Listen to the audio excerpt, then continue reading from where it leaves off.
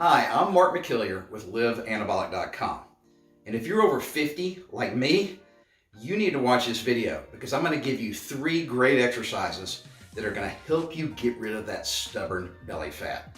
And also, stick around to the end of the video because I'm going to give you another tip that's going to actually help you supercharge this process.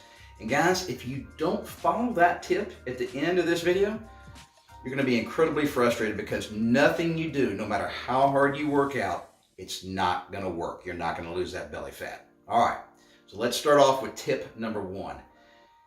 It's simple, guys. It's called sprinting. Now, I don't want you all to go out onto a track and just sprint as hard as you can in a straight line. You're going to pull a muscle, a hamstring. Let me tell you, I would.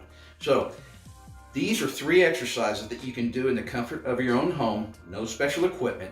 And when I talk about sprinting, I'm talking about something called anabolic sprinting, okay? Sometimes I refer to it as anabolic cardio. Sometimes you'll hear me talk about something called HIIT, which is high intensity interval training, very similar concept.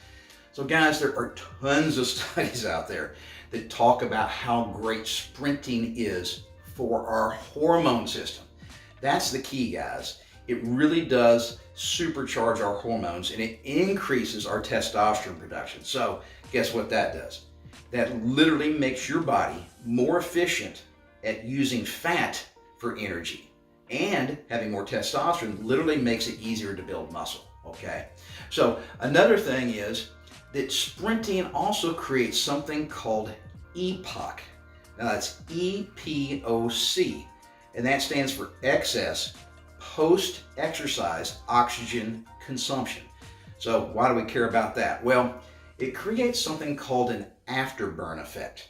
Basically what it does is after we stop our sprinting exercises, our high intensity exercises, your body actually maintains a higher than normal metabolism for hours and hours and hours after the workout's already done. So if you're doing traditional workouts, traditional steady state cardio, you're not going to get that EPOC or that afterburn effect.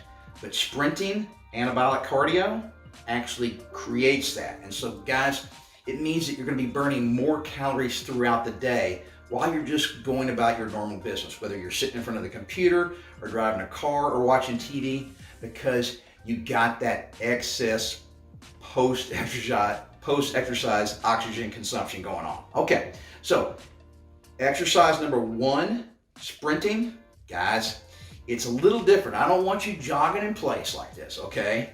And I don't want you doing high knees like this. I want you to be actually doing full on 100% sprinting as hard as you can, but only do it for 20 or 30 seconds. So real short time sprint as hard as you can, stop, catch your breath, do it over for several cycles. All right, I'm gonna change the camera angle so you guys can see exactly what I'm talking about. All right, this is what I'm talking about when I say all out 100% sprinting in place. And I'm talking about knees high, as fast as you can go, pumping those arms, okay? I cannot go any faster than this, okay? 100%, 20 to 30 seconds.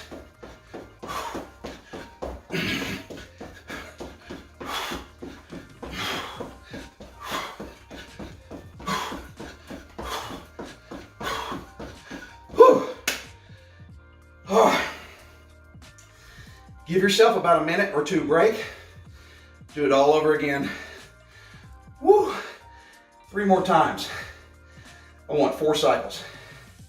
All right, let's move on to exercise number 2, and that is mountain climbers. Now, mountain climbers are absolutely fantastic. You don't need any room to do them. You can just do them in your den.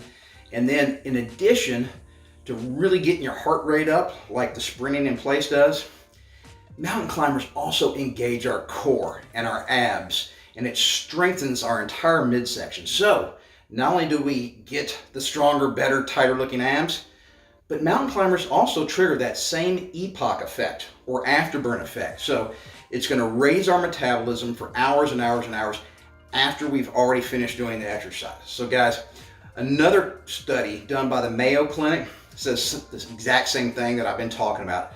It says that for elderly people and beginners, doing this kind of high intensity interval training is a fantastic way to build muscle, burn fat, and improve your cardiovascular system. So follow along as I get down on the ground, do some mountain climbers for you. All right, guys, follow along. See if you can copy the form that I'm doing on these mountain climbers, and I'm going to show you two different ways to do them. So for some of you beginners, you can try the easy way. If you're in better shape, or if you just happen to be really good to stuff, you can do the more difficult method. All right, so here we go. We're going to get down like we're doing a push-up, okay? And all I'm going to do is bring one leg knee up, and I'm not going to touch the ground with my toe. See how my toe's just off the ground? Come back. Same thing on the other side. My toe doesn't touch, but my knee comes. And you're just going to do it real fast. So we're just going to be bouncing back and forth. So you got to kind of pop up on your feet, and you're bouncing. So I'm bringing my knees up, but my feet weren't touching the ground. All right, let's say that's too hard for you. Let me show you technique number 2. So this is what you do. You're in like a push-up position here, and you're gonna hop and bring left foot up, and my foot is on the ground right now, okay? So I can hang like this for a while. And then I'm just gonna bounce and hop to the other side. So my foot's on the ground, and I can just bounce back and forth doing mountain climbers with my feet on the ground. So 2 different ways to do it, guys. Pick the way that works best for you, okay? But once you get into better shape, I want you to try to do it the way I showed you the first time, where your feet don't actually touch the ground as you bring your knee up. All right, so just like the sprinting in place, same thing here, guys. This is basically doing mountain climbers in place, 20 seconds, as fast as you can go, all right? I don't have a stopwatch here, so I'm just gonna guesstimate. All right, what do you think, guys? Can I do it? Here we go.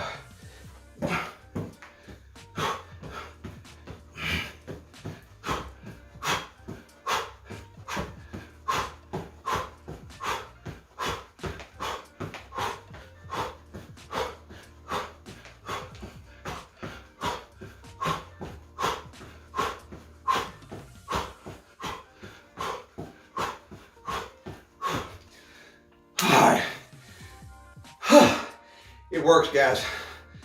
Trust me. How long was that? 20, 30 seconds? Anyway, I can feel the epoch kicking in. Now, give yourself a couple minutes rest, catch your breath. I want you to do it again 3 more times.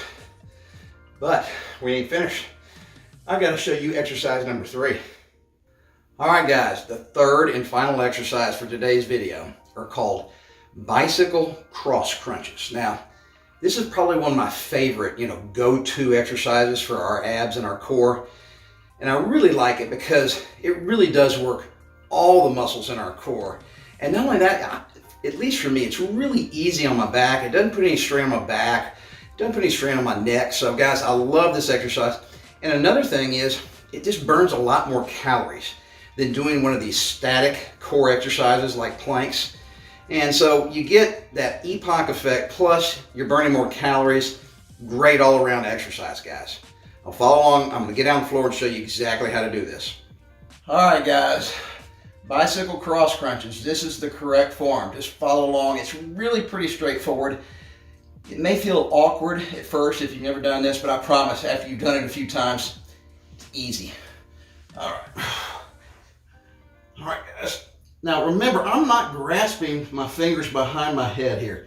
I'm just putting my fingers on the side of my head, and I'm not trying to pull my head up too hard. I'm not really cranking on the neck, okay? So my fingers are just lightly touching the side of my head here, okay? I'm gonna keep my knees up in the air the whole time, and I'm just gonna side to side, bring my knee back and my elbow from the opposite side, and try to touch, okay? So bicycle cross crunches. And guys, you can do them fast like this if you want, for 20 to 30 seconds, or you can slow it down. Either way is fantastic to get a great burn in your abs, your entire core. Man, I'm feeling it. And then you can speed it up.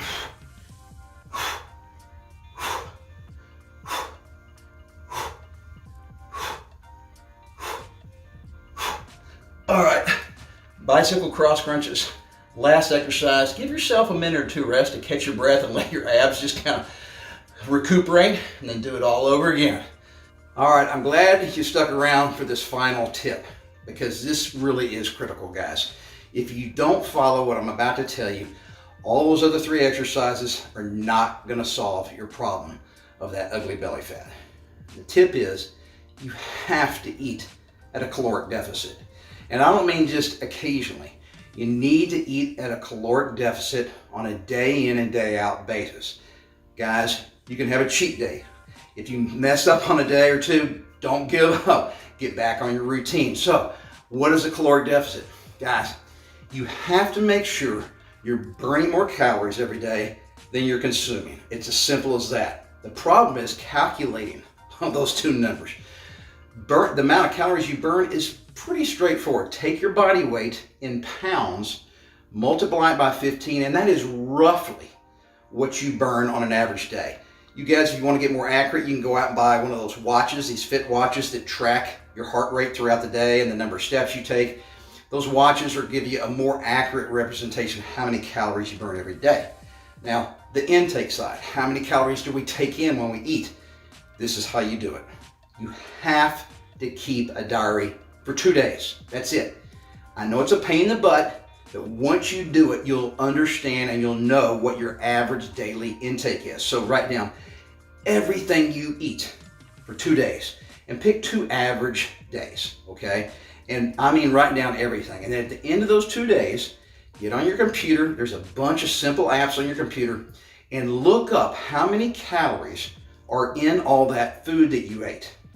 Then you can calculate what your average daily intake is. And you want the burn rate to be about 500 calories higher than your intake rate. Why?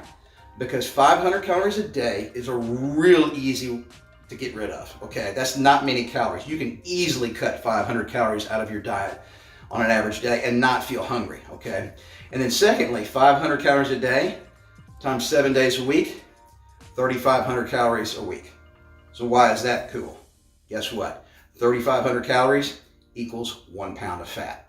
So guys, if you can burn 1 pound of fat a week, it doesn't sound like much, but that is fantastic. It's a great way to accomplish your goal and then keep that fat off. So guys, thanks for sticking around. I really hope you appreciated the video. And don't forget to subscribe to this channel, post some comments below, like it, share it with your buddies. And remember, always stick with it and don't give up on yourself.